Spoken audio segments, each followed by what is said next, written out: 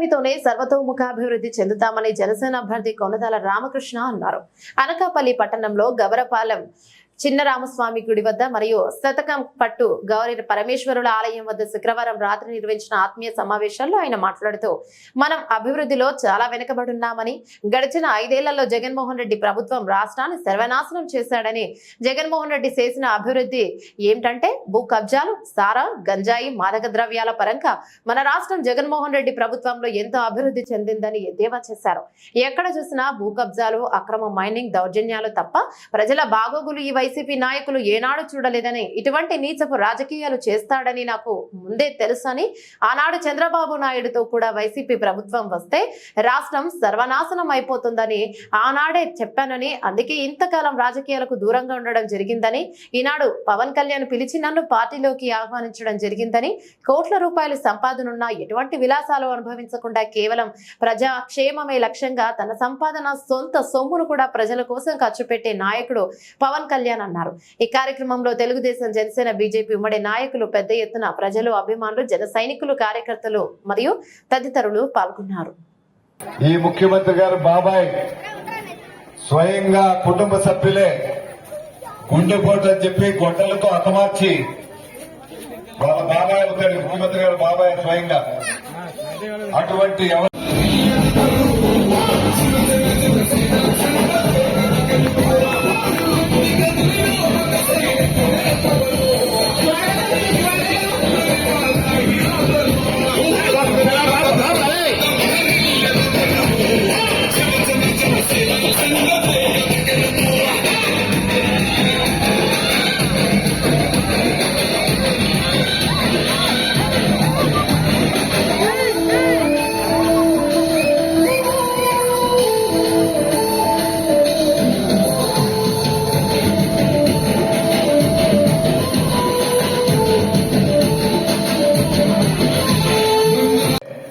చాలా మంది తల్లిదండ్రులు ఆడపిల్ల కదా అని చెప్పి భారం అనుకుంటారు. అది భారం అనుకోకూడదనే ఉద్దేశంతోనే మన పవన్ కళ్యాణ్ గారు, చంద్రబాబు నాయుడు గారు ఆలోచించి ఆడపిల్ల పెళ్లి వయసులో ₹1,00,000 పెళ్లి కాకని ఆడపిల్లకి ఇచ్చేటువంటి కార్యక్రమం పెట్టారు. ఎందుకంటే మీరు ఆడపిల్ల గుండెల మీద కుప్పటి అనుకోవడానికి వీలేదు, వాళ్ళు మహాలక్ష్మి అనుకోవాలి. అందువల్ల ఆడపిల్లలు ఆనందంగా పెంచాలి, వాళ్ళు మీకు భారం కాకూడదనేటువంటి ఆలోచనతోనే ఈ పథకాన్ని ప్రవేశపెట్టాలనే ఆలోచన జరుగుతూ ఉంది. అదేవిధంగా 18 సంవత్సరాలు దాటిన ప్రతి ఆడపిల్లకు నెలకు ₹1,500 వాళ్ళ ఖర్చుల నుంచి వాళ్ళు ఇచ్చే కార్యక్రమం. అంటే నెలకు 1,500 అంటే సంవత్సరానికి ₹18,000. అదేవిధంగా 5 సంవత్సరాలకి ₹90,000 ఒక్కొక్క ఆడపిల్లకు వస్తుంది. అందువల్ల ఏమ్మా ఆడపిల్లలు బాగా చూస్తారు కదా. ఆడపిల్లంటే మహాలక్ష్మి అమ్మ, దుర్గాదేవుడు. ఆడపిల్లలు అక్క చెల్లెలు తలుచుకుంటే ఎవరు ఏం చేయలేరు. వాళ్ళు ఎదురించి ఎవరైనా రాగలరా చెప్పండి. మన పురాణంలో చూస్తాం, దుర్గాదేవిని పూజిస్తాం మనం. అంటే ఆ నరకాసుని వధించి రాక్షస సంహారం ఎవరు చేశారు? ఆ దుర్గాదేవి చేసింది, కాళికామాత చేసింది.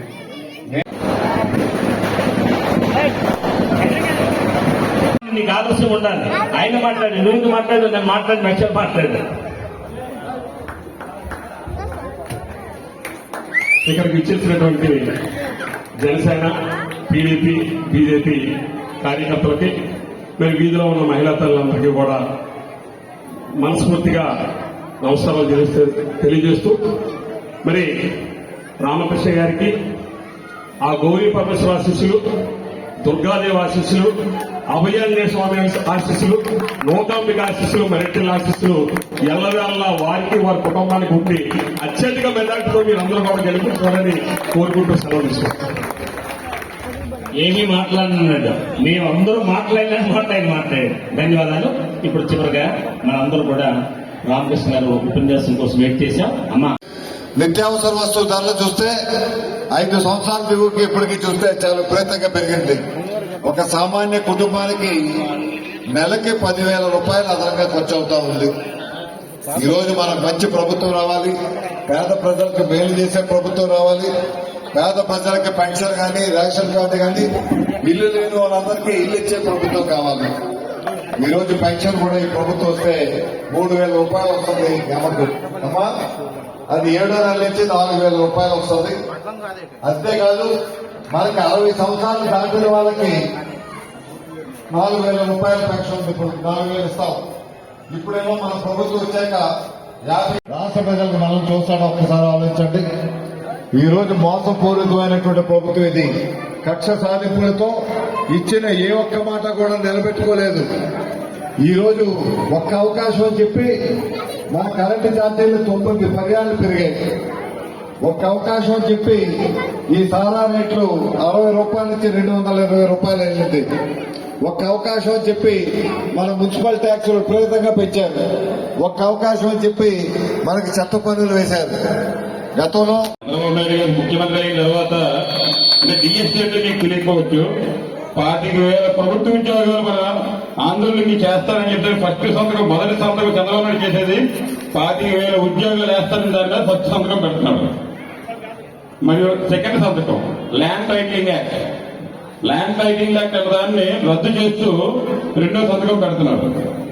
ఇంకా మీ అందరికీ బాగా సుపరిచితం, మన ఇంటి దగ్గరికి చెత్త కోసం వస్తారు, చెత్తరాకులు కొనదా పన్ను కోసం. ఆ పన్ను పూర్తిగా రద్దు చేస్తారని కూడా చెప్పేశారు మాట్లాడి. ఇవన్నీ మీరు గుర్తుపెట్టుకొని ఎంపీ సీఎం రమేష్ 3వ నెంబర్ బటన్ ఈ పదం వచ్చి పక్కన మనకి కాగితం వస్తున్నాం, అందులో మన సింబల్ వచ్చేంత వరకు కొంచెం చూసుకొని అప్పుడు మీరు బయట రండి. ఫస్ట్ మనకి వెళ్ళగానే కమలం గుర్తిస్తారు, ఇది 3వ నెంబరు. రెండో ఓటు వెళ్ళగానే మనకి పింక్ కలర్ లో ఉంటది. ఈ పింక్ లోనే మనకి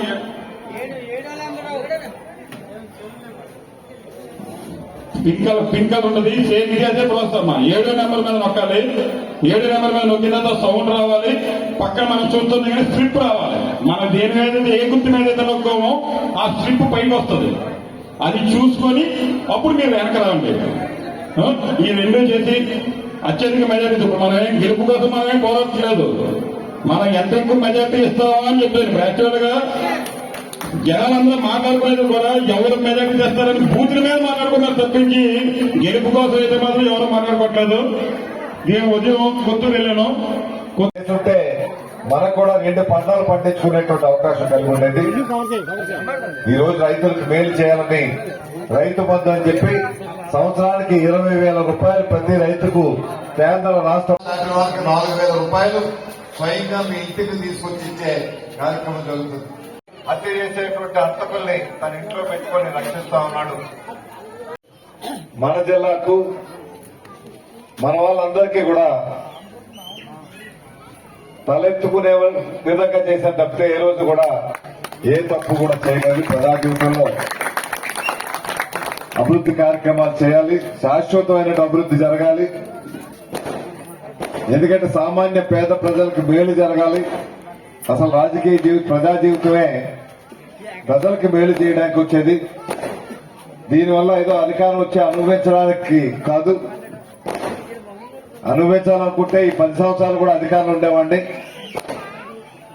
కానీ ఇటువంటి వ్యక్తి దగ్గర అధికారులు ఉన్నా పదవిలో ఉన్నా ఏ పని కూడా చేయలేం. ఈ చేసినటువంటి పాపాల్లో భాగస్వామి కాకూడదనే ఈ ముఖ్యమంత్రి గారి దగ్గర ఉండకుండా దూరంగా వచ్చాను. నేడు రాజశేఖర రెడ్డి గారి కుటుంబానికి నాకు చాలా సన్నిహిత సంబంధం ఉంది. ఒక సొంత అన్నదమ్ముల్లా ఉండేవాళ్ళం. ప్రభుత్వంలో ఏ కార్యక్రమాలు చేసినా ప్రతిది కూడా సంప్రదించి నేనని, రఘువీరారెడ్డి గారని, డాక్టర్ కేవీపీ రామచంద్ర గారు మేమంతా కూడా కలిపి ప్రతి చిన్న విషయం కూడా చర్చించుకుని నిర్ణయం తీసుకునేవాళ్ళం. ఈ రోజు ఇందిరం ఇల్లు వచ్చాయన్నా, పెన్షన్ గాని, రేషన్ కార్డు గాని, ప్రతి ఒక్కరి ఇల్లు గాని, అదేవిధంగా మన పక్కనే అచ్యుతాపురంలో బ్రాండెక్స్ అనేటువంటి కంపెనీ 20,000 మంది ఆడపిల్లలు ఆ కంపెనీలో పనిచేసే ఫ్యాక్టరీ ఆ రోజు స్థాపించాం. ఈ రోజు పదవి అనుభవించామని కాదు, పదవి వల్ల శాశ్వత జీవితాలు ఎంతమంది జీవితాలు బాగు చేశామన్నది ముఖ్యం. ఆ రోజు అవకాశం వచ్చింది. ఈ రోజు కూడా 20,000 మంది ఆడపిల్లలు అక్కడ ఉద్యోగాలు చేస్తే కుటుంబాలు నిలబడ్డాయంటే ఆ రోజు మీరిద్దరూ ఇచ్చినటువంటి అవకాశం వల్ల ఆ రోజు ఆ కార్యక్రమం చేయగలిగాం. ఇలాంటి ఎన్నో కార్యక్రమాలు చేయగలిగామంటే మీ ఆశీస్సులతో, మీ తాలూకా ఆదరణతో, మీ తాలూకా ప్రోత్సాహంతో, మీరు చూపించినటువంటి ఆదరాభిమానంతో నేను ఇన్ని కార్యక్రమాలు చేయగలిగాం. నాకు అందుకే గర్వంగా ఉంటుంది. ఇప్పుడు నేను ఏ పోరాటాలు చేసినా నా వెనక మీరందరూ ఉన్నారనేటువంటి ఆత్మవిశ్వాసంతో ముందుకు వెళ్తాను. ఒక స్టీల్ ప్లాంట్ గురించి చేసినా, ఒక గోదావరి జలాల గురించి చేసినా, ఒక రైవాడ గురించి చేసినా, ఒక నల్లబెల్లం గురించి చేసినా, ఒక రైల్వే జోన్ గురించి చేసినప్పటికీ, కానీ ఇప్పుడున్నటువంటి కలుషిత రాజకీయాలు కేవలం కక్ష సాధింపుతో అభివృద్ధి అన్నది ఎక్కడా కూడా కనిపించలేనటువంటి పరిస్థితి ఉంది. ఒక్క అవకాశం అని చెప్పి ప్రజల్ని మోసగించేటువంటి ప్రభుత్వం చూశాం. అమ్మఒడి అని చెప్పి అందరు పిల్లల్ని చదివిస్తామని చెప్పారు, కానీ ఒక పిల్లడికి వేస్తున్నారు. ఈరోజు కరెంటు ఛార్జీలు విపరీతంగా పెరిగాయి, 9 పర్యాయాలు పెంచారు. ఇంటి పన్నులు కూడా విపరీతంగా పెరిగాయి. మళ్లీ మన ప్రభుత్వం వస్తే ఇంటి పన్నుల విధానాన్నే పూర్తిగా మార్చివేసే కార్యక్రమం చేస్తాం. అలాగే ఇక్కడ చేసిన మహాపతులందరూ, మహాశక్తులు, మహా సోదరులు, సోదరిమణులందరికీ కూడా నమస్కారాలు తెలియజేస్తున్నాను. ముఖ్యంగా ఈ రోజు ఇక్కడ కన్నుల పండుగ జరుగుతుంది. కూర్చోండి, వారి ప్రసంగం ఉంది, వాల్యూబుల్ స్పీచ్ ఇవ్వబడుతుంది. దయచేసి వారిని ఆశీర్వదించవలసిందిగా కోరుతున్నా. మిత్రులారా, థ్యాంక్ యూ సకల స్పీకర్ గారు, thank you very much sir, ధన్యవాదాలండి.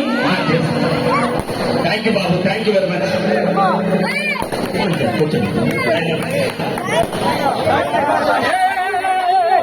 బాబు ఆయనకి ఇబ్బంది పెట్టద్దు బాబు, ప్లీజ్ కోఆపరేట్ చేయండి బాబు, ప్లీజ్ ప్లీజ్ కోఆపరేట్ చేయండి. సభకు ఫస్ట్ టైం సార్ ఇంతమంది జనాభా, ఇంతమంది జనాభా, ముఖ్యంగా మహిళలు సార్. ఈవెన్ 9 o'clock నాకు ఇక్కడ మాట్లాడడానికి అవకాశం ఇచ్చిన వేదికమైన పెద్దలందరికీ ముందుగా ధన్యవాదాలు తెలియజేసుకుంటూ, నేను విజయనగరం నుంచి గడిచిన 4 రోజులుగా రామకృష్ణ గారి విజయం కోసం ఇక్కడికి వచ్చి పనిచేస్తున్నటువంటి వ్యక్తిని నేను. మనందరూ ఒక చరిత్రను సృష్టించే సందర్భం వచ్చింది. భారతదేశానికి నరేంద్ర మోడీ, ఆంధ్రప్రదేశ్ రాష్ట్ర అభివృద్ధి కోసం చంద్రబాబు నాయుడు, కొత్త రాజకీయాన్ని సృష్టించే పవన్ కళ్యాణ్ తర్వాత రేపు ఎన్నికల రిజల్ట్ వచ్చిన తర్వాత ఒక కొనతాల రామకృష్ణ గారి కటౌట్ అక్కడ ఉంటుంది. ఆ కటౌట్ అలా ఉండడం కోసం చెప్పి ఈ ఎన్నికలు జరుగుతూ ఉన్నాయి. ఉత్తరాంధ్రలో నేను చాలా మంది నాయకులు 1983 నుంచి చూశాను. పివిటి రాజు కుటుంబంలో ఒక పూసపాటి అశోక్ గజపతిరాజు తర్వాత ఈ రాష్ట్రంలో ఓ 3-2 నిజాయితీ గల రాజకీయ నాయకులు ఉంటే, చెప్పిన మాట చేసే రాజకీయ నాయకులు ఉంటే, గౌరవంగా అందరితోటి నమ్మగలిగే నాయకులుంటే, నిజాయితీతో ఇదే మార్గం చెప్పగలిగే నాయకులుంటే అది కొనతాల రామకృష్ణ అని చెప్పి నేను చాలా గర్వంగా చెప్పుకోగలుగుతాను. నేను ఎందుకు వచ్చాను? నేను జయప్రకాష్ నారాయణ గారి అనుంగ శిష్యుడిగా, జయప్రకాష్ నారాయణ గారు జాతీయ అధ్యక్షుడిగా ఉంటే నేను రాష్ట్ర అధ్యక్షుడిగా లోక్సత్తా పార్టీ నుంచి ఉన్నాను. నేను జయప్రకాష్ నారాయణ గారు కొనతాల రామకృష్ణ గారికి రాజకీయాల పట్ల విరక్తి ఉన్నా, మీరు ఉండాలి రామకృష్ణ గారు, మీరు పార్లమెంట్ లో ఉండాలి, లేకపోతే శాసనసభలో ఉండాలి అని చెప్పి ఒత్తిడి తీసుకొస్తే ఆయన మాకు చెప్పిన మాట ఏంటంటే, ఈ రోజుల్లో రాజకీయాలు చాలా కష్టమండి, మేము చేయలేము అని అంటే, జయప్రకాష్ నారాయణ గారికి ఇచ్చిన తొలి మాట, మీరు పోటీ చేయాలి, అవసరమైతే బాబ్జీ కూడా మీతో ఉంటాడని చెప్పి జయప్రకాష్ నారాయణ గారు మాకు ఆదేశాలు ఇస్తే మేము ఇక్కడికి రావడం జరిగింది. మొన్న చంద్రబాబు నాయుడు గారు మన బహిరంగ సభలో ఏం చెప్పారు, మీరు అందరూ సెల్ ఫోన్ లో వినుంటారు. నాకు చాలా భయం వేసింది, రామకృష్ణ ఎక్కడన్నా సరే బీఆర్ఎస్ అంటే వాలంటీర్ రిటైర్మెంట్ ప్రకటించేస్తారేమో, కానీ ఇప్పుడు సరైన మనిషి, సరైన పార్టీ, సరైన చోట పోటీ చేస్తారని చెప్పారంటే అంతకన్నా గొప్ప ఆనందమైన విషయం మరొకటి ఉండదు. మిత్రులారా, ఇప్పుడే మన మనోహర్ నాయుడు గారు అబ్బాయి చెప్పారు, మనం మెజార్టీ కోసం చూస్తున్నాం. ఇంకొక మాట మీరు గమనించండి, ఉత్తరాంధ్రలో ఎవరు పోటీ చేస్తున్నా భార్యలు, పిల్లలు, అన్నదమ్ములు అందరూ కూడా మా అన్నయ్యని గెలిపించండి, మా నాన్నని గెలిపించండి, మా బావని గెలిపించండి అని అంటున్నారు. కానీ రాష్ట్ర రాజకీయాల్లో మాత్రం మా అన్నయ్య అనే ఒక దుర్మార్గుడు ఉన్నాడు, ఆ ఓటేయద్దని చెప్తున్నది జగన్మోహన్ రెడ్డి కుటుంబంలో సభ్యులు ఒక్కరే. అంటే ఏ పరిస్థితుల్లో వాళ్ళకి అర్థమైంది కుటుంబం కోసం, మనకు అర్థం అవ్వలేదు. ఇంకా మనం అర్థం చేసుకోవాలి. నేను కోరుకున్నది ఒకటే, భగవంతుడి సాక్షిగా, ఈ గౌరీ పరమేశ్వర సాక్షిగా వచ్చే సంవత్సరం మనం ఈ పండగ నాటికి ఉత్తరాంధ్రలో జలాశయాలన్నీ నిండుగా ఉండాలి, ఉత్తరాంధ్రలో పరిశ్రమలు రావాలి, ఉత్తరాంధ్రలో మన యువతకు ఉపాధి కలగాలి. ఆయనకి తన పర ప్రాంతీయ భేదాలు లేకుండా మంచి సమాజం కోసం పాటుపడే గొప్ప వ్యక్తి. అటువంటి వ్యక్తి మళ్ళా పవన్ కళ్యాణ్ గారి తర్వాత మీరు మరొకసారి గుర్తు చేసుకోండి. రాజకీయాలకు రావడం జరిగింది.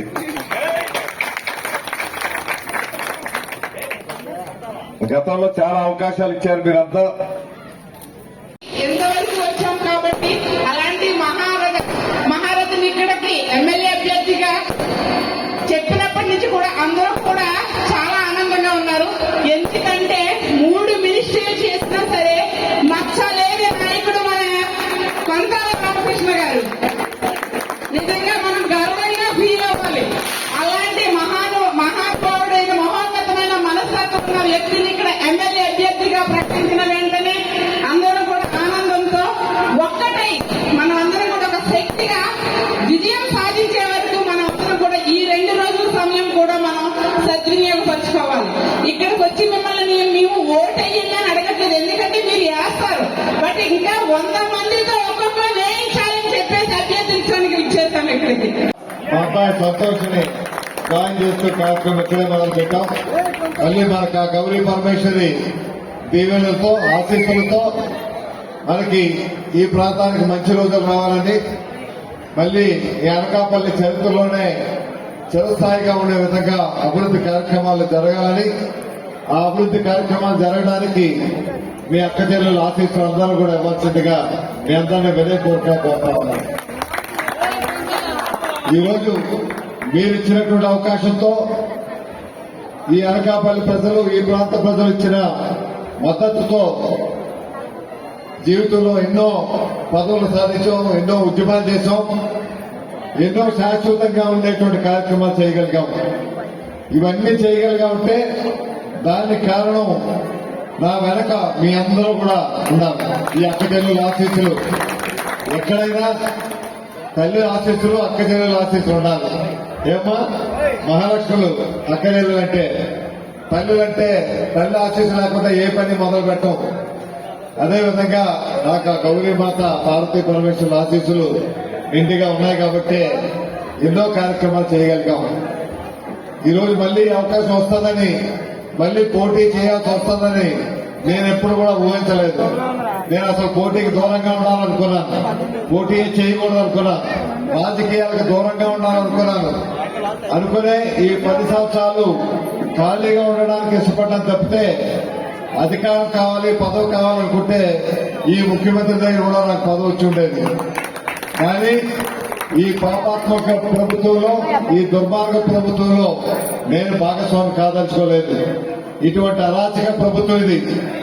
స్వయాన ఇప్పుడే చెప్పారు బాబ్జీ గారు, మన బీసీ తప్పారా గారి మనవడు బాబ్జీ గారు, రాష్ట్ర లోక్సత్తా పార్టీ అధ్యక్షుడు.